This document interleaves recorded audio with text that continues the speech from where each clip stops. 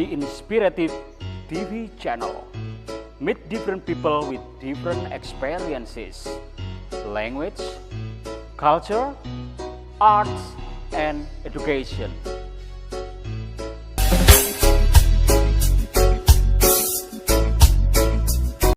Saya pemimpin, karena itu saya lebih tahu dari kamu. Kata-kata seperti ini dan sejenisnya sering terdengar secara spontan dari mulut seorang lelaki, mulut seorang suami. Bahkan cenderung menjadi senjatanya untuk memperlihatkan bahwa ia lebih unggul, ia lebih kompeten, dan lebih hebat dari istrinya. Tapi kenyataannya memang ia mengucapkan tanpa beban, seolah-olah ia telah menguasai semua ini dan tindakannya telah direkomendasikan oleh agama-agama lain. Sesuatu yang seyogyanya disadari bahwa tindakan suami itu tidak selalu benar. Ia bukanlah sosok yang menerima hikmah sejak masa buayan. Tidak ada alasan untuk tidak merasa benar dan hebat dari makhluk yang lainnya. Terutama kepada istri, percayalah kepadaku. Wahai saudaraku, bahwa engkau bukanlah seorang diri sebagai laki-laki.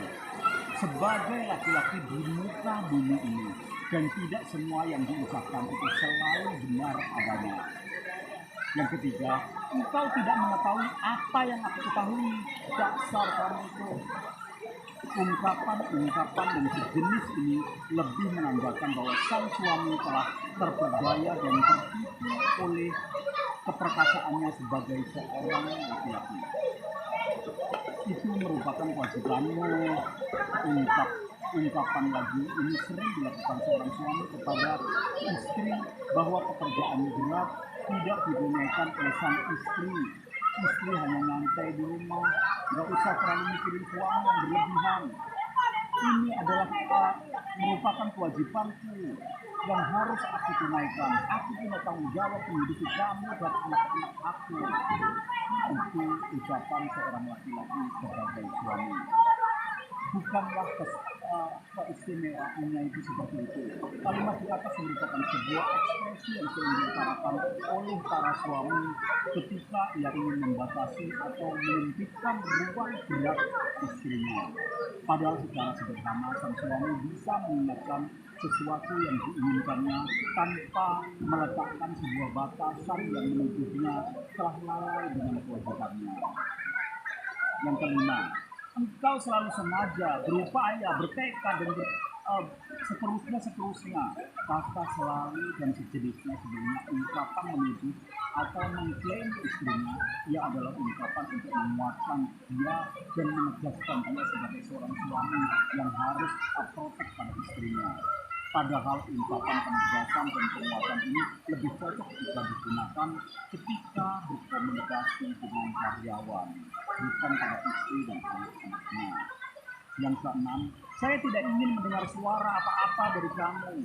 Ini adalah kata-kata yang sering keluar dari seorang diktator, suami yang powerful, digunakan dalam keadaan emosi, marah, pikirannya udah mentok. Padahal yang paling indah dan cantik adalah meminta sesuatu dengan ramah, tenang, dan lemah lembut supaya istri merasa diberi kasih sayang yang lebih. Yang ketujuh, engkau sama saja dengan si fulan atau si fulana. Menyerupakan pasangan hidup dengan seorang sosok yang memiliki kekurangan adalah sesuatu yang tidak disukai oleh sang istri. Yang kedelapan, engkau tidak menghormati hasil kerjaku. Kamu harus melindungi harta-hartaku yang aku perjuangkan untuk keluarga. Kehidupan adalah perjuangan. Saat istri merasa iba dan merasakan perjuangan keras dalam mencari nafkah, yang merupakan sesuatu yang disenangi oleh para suami, termasuk saya sendiri. Yang kesembilan, selesai. Tidak ada diskusi lagi kan? Ungkapan ini hanya cocok dikatakan kepada sopir taksi ketika menyodorkan ongkos bayaran kepadanya, atau dikatakan kepada karyawan yang meminta tambahan gaji bulanan, atau tetap gaya berbahasa seperti ini jangan diungkapkan kepada istrimu, sebab ia membutuhkan penafsiran, membutuhkan diskusi, dan memahami sudut pandang dari seorang suami, sudut pandang dari setiap tindakan yang engkau lakukan. Ia juga butuh dihormati dan tidak dinafikan kemuliaannya sebagai seorang istri. 9. Cukup, gak usah banyak cakap. Laksanakan saja apa yang saya katakan kepadamu. Ini adalah ungkapan bernada paksaan dari seorang suami yang tidak membuka ruang diskusi kepada pasangan hidupnya, yaitu istrinya. Hendaklah seorang suami membuka ruang demokrasi dalam rumah tangga, menghadirkan kebiasaan berdiskusi untuk membahas permasalahan-permasalahan rumah tangga agar dicapai keputusan yang disepakati oleh kedua belah pihak. Dan tentu munculnya ungkapan-ungkapan kejantanan seorang suami cenderung kaku dan merendahkan di dalam sebuah rumah tangga, dan menjadi semakin banyak atau semakin sedikit sangat tergantung kepada bagaimana suami istri memuliakan pasangannya masing-masing. Yang saya inginkan darimu, wahai para suami, adalah tidak menyamakan cara berkomunikasi atau berdiskusi saat engkau sedang bekerja di kantor atau di tempat kerja. Nah, dari sini, dari buku ini, kayaknya suami memang kelihatan mendominasi. Padahal tidak semua suami seperti itu. Padahal tujuannya suami juga memprotek istrinya, biar istrinya itu tidak menunda atau tidak berlebihan.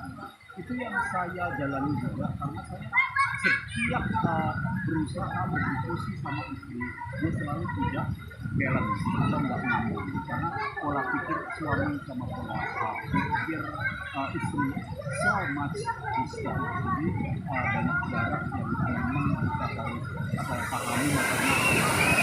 That's all about my content this afternoon. See you next time at the same time on the channel. Goodbye.